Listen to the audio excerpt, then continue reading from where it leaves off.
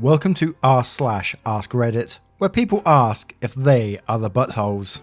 If you're new to this channel, please consider hitting that like, that subscribe, and maybe that notification bell if you enjoy the content, of course. And if you would like to get involved, I would love to know your opinions if they are the buttholes on each of the stories. Let me know in the comments below. And with that being said, let's get straight into today's stories. Much love, guys. Our first story comes from Mar1969. Am I the butthole for calling out my brother-in-law for exaggerating his success? My brother-in-law has worked for an MLM company for years as a marketing consultant. I have a very low opinion of MLMs, and I've read some quite negative things about his organisation in the local news. My BIL, as part of the sales pitch of getting others involved, has a tendency to exaggerate his success. That annoys me.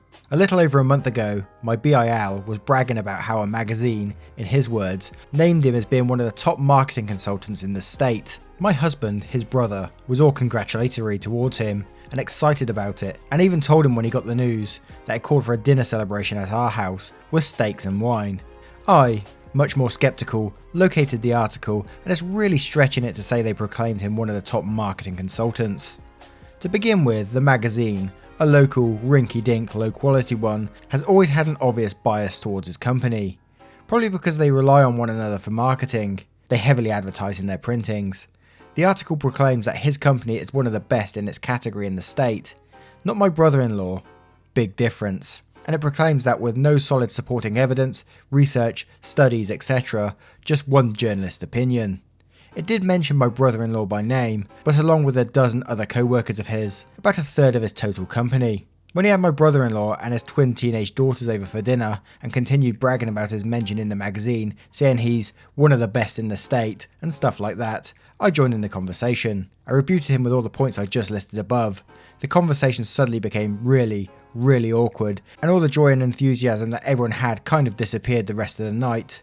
My husband was absolutely furious at me and demanded that I send him an apology, but I refused. It's been over a month since then, and my brother-in-law and nieces haven't spoken to me since. His daughters and I used to text back and forth regularly, but ever since that dinner, they've been ignoring every single one of my messages. Was I an arsehole for telling it like it is? Now, we all know MLMs suck. On this channel, we definitely know MLMs suck.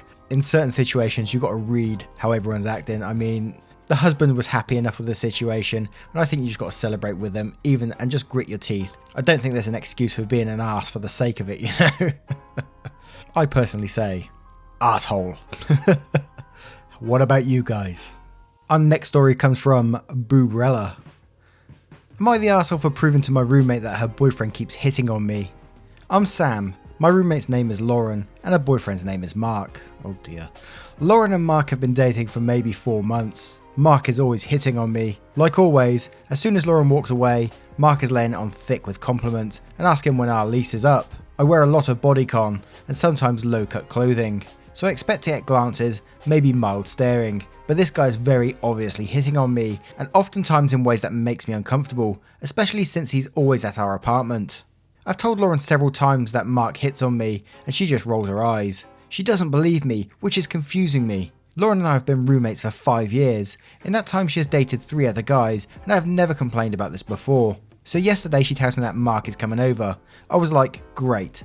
I told her if she would just walk upstairs in our apartment building and tell Mark she was going around the block. She would walk in and see him hitting on me. She actually agreed to do it to humour me. Mark gets to the apartment and I'm just doing the dishes. I tell him that Lauren went to the store up the block, but she is really right outside the door. He sits at the counter and starts chatting with me normally, then the conversations turn to him hitting on me. Normally I just walk away from Mark, but I endured it so that Lauren would see/hear. She came in and told Mark to go to her room. Then she starts yelling at me, saying I tried to seduce him and dressed like a slut. And I'm like, I always dress like a slut, Lauren. Who cares? Your boyfriend is hitting on me. We argued and both said some shitty stuff to each other. She and Mark are staying in her bedroom and we haven't spoken to each other since. As I'm thinking about it, I'm wondering if I'm the arsehole for even trying to do this, but at the same time, I think she sucks for not believing me in the first place. I live in New York, I love my neighbourhood, I don't want to have to find a new roommate because of this idiot. If I did an arsehole thing, please tell me. Am I the arsehole? What about that comeback though? I always dress like a slut. I don't know, I'm kind of torn on this one. I mean, I think you were just trying to be a good roommate. You've been roommates for a while, and as you said, she's had previous boyfriends that's never done this before, so you're trying to point it out and she's just not listening or doesn't want to hear it. I wouldn't say you're the arsehole for this, but I imagine this could go both ways, maybe? What is your opinion on this story? And next story is from Pitiful Heron. Am I the arsehole for kicking out my dad and his pregnant wife out of the home I legally own after they sent my depressed sister to live with our aunt? My mother passed away 3 years ago. The family home, where I and my sister grew up, was willed to me. It was her ancestral property, and she wanted her daughter to have it. The other vacation home went to my 16-year-old sister. Our father remarried 6 months after my mum passed away and moved his new wife in. My sisters say that the woman has moved all of our family pictures from the main living area. She has removed our mum's pictures as well. Now all of these pictures adorn the walls of my sister's room. Recently, our father and his wife announced that they were pregnant with twins. My sisters didn't take it well. She's still not over our mum's death and had a breakdown after the announcement. The night of my sister's 16th birthday party, she brought a lot of friends over and the party went on till the next morning. My dad's wife, who was out with our father on vacation, returned the same morning and lost her cool when she saw the kids passed out in the living room. Our dad knew about the party, they just got home earlier than expected. His wife proceeded to lose her cool and had a big shouting match with my sister. She said that my sister was just like our mum and was a burden on our dad. She then asked her to leave and sent her packing to our aunts. I was furious when I got to know about it. I showed up home the next day and asked them to leave within a week. She's 7 months pregnant and had no idea the house belonged to me. I know I shouldn't be kicking a pregnant woman out, but I don't want my spineless father and his wife to abuse my sister anymore. My father called me a cruel brat and wants to challenge our mum's will. He can try. My mum's family has already appointed their family lawyer to fight my case. Am I the arsehole? I read the comments below this one, and this one pretty much says what I want to say in a nutshell, so I'll read it out. This is from Very Very Texan. They also kicked out a 16-year-old out of the house. No judge is going to side with the dad on that one. And she's a minor, and he can't legally do that. Since OP owned the house, they were doubly bound to let her stay. They can't kick someone out of the house they don't own. The only thing OP might have trouble with is the 1 week bit. They'll have to be evicted legally, and that's at least 30 days. Being pregnant will win stepmom some points on that front. Not the arsehole, but I hope OP finds a way to fix this, which I totally agree with. Our next story is from Katie With. Am I the arsehole for not wanting my parents to move my seat? I, 21 female, currently live with my parents and pay $100 in rent, and they want to rearrange the furniture in the basement to have a workout space. I'll be fine with this, however they want to move my rocking chair. This is a big problem as my chair is right next to an electrical outlet, and where they want to move me would be away from one. I need one for schoolwork and art commissions. I keep telling them no, and according to them, your opinion does not matter. And they also threatened to kick me out of the house because I was constantly yelling at them to stop moving my furniture. However, their threats are bullshit because they even threaten to kick me out when I tell them that I don't want to refill their drinks. Along with them moving my furniture without my consent, where they placed it is where we discovered that one of the walls has mould growing on it, and I don't want my stuff near that wall. However, my parents did not care and moved my stuff to that wall. My parents are telling me that I'm the arsehole for not wanting to move the chair for their workout space, even though they go on frequent walks. So Reddit, let me ask you all, am I the arsehole for not wanting to move my seat? Edits, I should probably clarify a bit more. They're doing this because of the virus and they have gym memberships. I also suggested that they put their workout room in the dining room since we only use that room for storage and we all eat in the basement anyways. My chair, where I'm placed, is the only area in the room with an outlet and I'm using extension cords, but the area they're wanting to place me in won't reach. Also, I just can't leave since we are stay at home. I have no friends in the area and I can't drive due to PTSD. Yes, I know $100 is like really low and I'm aware of that, so you don't have to mention it in your comments. I'm going to go with this. I'm sorry, but it sounds slightly entitled. I mean, $100 rent. I'm moving to your parents and they can move the furniture around. I don't care. If I can pay $100 rent, I'll be well happy with that. I think if you're paying that sort of money to stay at a place, you can't dictate where furniture goes, you know. It's their house and it just all sounds a bit too entitled to me. What about your opinion on this, guys? I would love to know in the comments below. Our next story is from a throwaway account. Am I the arsehole for buying a $50,000 guitar for $4,000 and refusing to sell it back when the buyer found out the real value? This happened a while back. My wife and I still talk about it every once in a while. She's on my side and most of our friends and family are. However, it happened like it was World War III between us and our co-workers and others. Here we go. I've been playing the guitar for 22 years. I know guitar values and whatnot very well. I'm very into the guitar market. At my wife's old company, she was hanging out with co-workers one day after work, and she mentioned I play guitar. A co-worker who I guess is very popular at work said that his dad has passed away and he was selling his dad's things. His dad had a guitar and asked my wife if I'd be interested in it. My wife texted me and I said to have him send me the info on the guitar and the price. The next day he texted me the pics and price. It was a 1952 Telecaster in mint condition. He had the original receipts, which was crazy. That's how I knew the date. I asked what he wanted for it and he said he looked up Telecasters online and he thinks $4,000 is fair. I text back, I'll take it for $4,000 and went to pick it up. The guitar had no sentimental value to him at all. Here's the issue at hand. The guitar was/is worth approximately $50,000 depending on the buyer, and I knew it. When I got the guitar, I told my wife the price and what it's worth. She was floored. Fast forward 2 weeks, her co-worker tells my wife he just found out what the guitar was actually worth from a family friend and wanted it back. She said, well, he really likes the guitar and he knew it was worth $50,000, which is why he was floored you offered it to him for $4,000. He really likes it and I doubt he will sell it back, but you can ask. Probably not the smartest thing for her to say, but she was caught off guard and it's not her fault or problem. He contacted me and asked to buy it back. I said that it's not for sale. He then said I scammed him and he was going to sue me and take my wife to HR for being a part of the scam. Which was nuts, but he did actually contact HR. They were cool about it and said it's not their problem. It's between him and me. Over the next few months he made things very uncomfortable for my wife at work. He would bug her constantly about it. She eventually had to go to HR for harassment and they actually let him go. She complained twice and he was warned and didn't stop. He's contacted me several times about it, so I got a restraining order for harassment too. I blocked him too. I haven't heard from him for about a year. Am I the arsehole? There was an update on this one as well, which said, well, this post blew up way beyond what I was expecting. It looks like I was voted not the arsehole. There's over 5,000 comments, I couldn't read them all, but I did read a lot. Just to clear up some things, I left some things out because I didn't want to influence opinions and really wanted it to be about me buying a guitar at a significantly lower market value versus the people in the story. I did include the fact that the guy was harassing my wife at work, not to make the guy sound bad, but because I thought it was relevant to the story.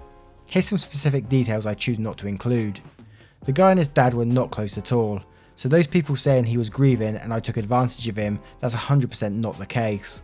When I went to get the guitar, he was telling me he hadn't talked to his dad in like 6 years and was actually annoyed he had to deal with a funeral. The dad bought the guitar new and never played it. Luckily it was stored in a closet and not in a basement or attic. There's no issue with the wood or electronics. It plays like a dream and I couldn't be happier. I'm not selling the guitar to the son or anyone. It will be with me for a long time. I'm in my 30s and maybe in 30 years it will find a new home. I would have maybe considered giving the guy more money or giving him one of my guitars to sell on his own, but I decided not to do that after he left me a terrible voicemail on my phone the day he found out the real value. He demanded it back like he was entitled to an object he sold fair and square. Called me a piece of shit, called my wife a piece of shit, and said he would do bad things if I didn't sell him the guitar back. And to those people who say they would have told the guy the real value, that's a load of horse shit. If you went to a garage sale / estate sale and saw an item worth $5,000 priced at $50, there's not a snowball chance in hell you would walk up to the homeowner and tell them they mispriced it. You'd buy the item and then tell your friends and family what a great score you got. Don't even kid yourself like you wouldn't do that.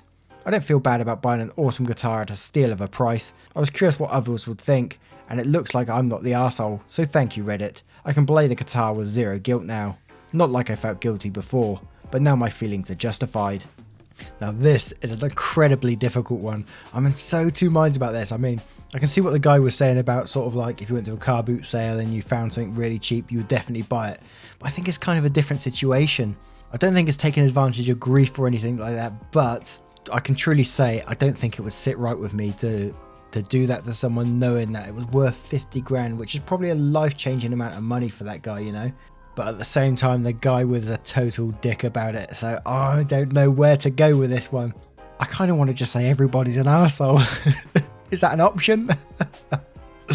What is your opinion? I really, really want to know your opinion on this one because my mind is just so conflicted with this one. Our next story is from Super Poggylicious. Am I the arsehole for booking up an entire row of seats just for myself? For reference, this all happened before the lockdown and orders to shelter in place. I, 32 female, broke my leg in 2 places a couple of months ago and was placed in a full leg cast. I took convalescent leave and decided to fly to my home state. I'm originally from CA but stationed in NC. This is relevant so everyone understands the time frame for the flight in question. To avoid any added pain and to be able to prop my leg up, I paid for the entire row of seats. Thank God for miles points.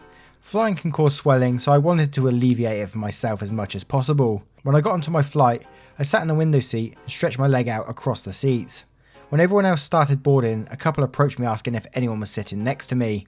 I said no one is sitting next to me because I bought the entire row of seats. So the husband, an older man, maybe mid-40s, asked if they could use the vacant seats because they wanted to sit next to his wife. I politely told him, "I'm sorry sir, but no, I need them, that's why I paid for all three." He kept at it, but I stood firm that these were my seats. The called flight attendant came over because we were starting to make a scene and asked me to put my leg down and not occupy the other seats. I again explained I paid for all three seats and I showed her the tickets. She told me while I did pay for the seats, I was being rather selfish as it was a booked up flight, and said couldn't I just be more accommodating to others. I was extremely pissed off at this point. I mean, it was blatant I had a broken leg. I told her no, I'm not giving up my seats. Not sitting together is a risk you take if you book late. I pointed down at my cast and said, shouldn't you be more accommodating to me, actually considering I'm the one with an obvious medical issue? They left, calling me a selfish bitch. But I don't think I was. I paid for all three seats, so I wouldn't inconvenience anyone else.